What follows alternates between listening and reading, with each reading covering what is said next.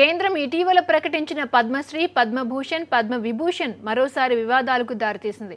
కొందరు ఏకంగా అవార్డులను రిజెక్ట్ చేస్తే మరికొందరు ఎంపిక చేసిన విధానాన్ని తప్పుపట్టారు. కేంద్ర ప్రభుత్వం వివిధ రంగాలకు చెందిన 145 మంది ప్రముఖులను పద్మ అవార్డులకు ఎంపిక చేసింది. అందులో ఒకరు 79 ఏళ్ల బాలీవుడ్ ప్రముఖ స్క్రిప్ట్ రైటర్, ప్రముఖ హీరో సల్మాన్ ఖాన్ తండ్రి సలీం ఖాన్. కానీ సలీం ఖాన్ ఈ అవార్డుని తిరస్కరించారు. సినిమా పరిశ్రమకు తాను చేసిన సేవలకు పద్మశ్రీ తగదని, దానికన్నా పెద్ద అవార్డు రావాలని స్పష్టం చేశారు. తనకు అవార్డుపై గౌరవం ఉందని, కేవలం తనను ప్రభుత్వం ఆలస్యంగా ఎంపిక చేసి తన సేవలకు తగిన అవార్డు ఇవ్వలేదని అన్నారు.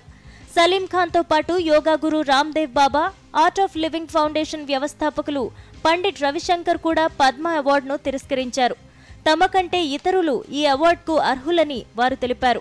అలాగే బాలీవుడ్ హీరో అమితాబ్ బచ్చన్ కి పద్మవిభూషణ్ కాదు భారతరత్న ఇవ్వాలని పశ్చిమ బెంగాల్ ముఖ్యమంత్రి మమతా బెనర్జీ డిమాండ్ చేశారు. ఇక Tollywood star director Rajamouli, Telugu character artist Kota శ్రీనివాసరావులకి పద్మ అవార్డులు రావడం సంతోషంగా ఉందని తెలిపారు. కానీ స్క్రీన్ ప్లే రైటర్ ముళ్లపూడి వెంకటరమణకు అవార్డు రాకపోవడం విచారకరమని వారు అసంతృప్తిని వ్యక్తం చేశారు.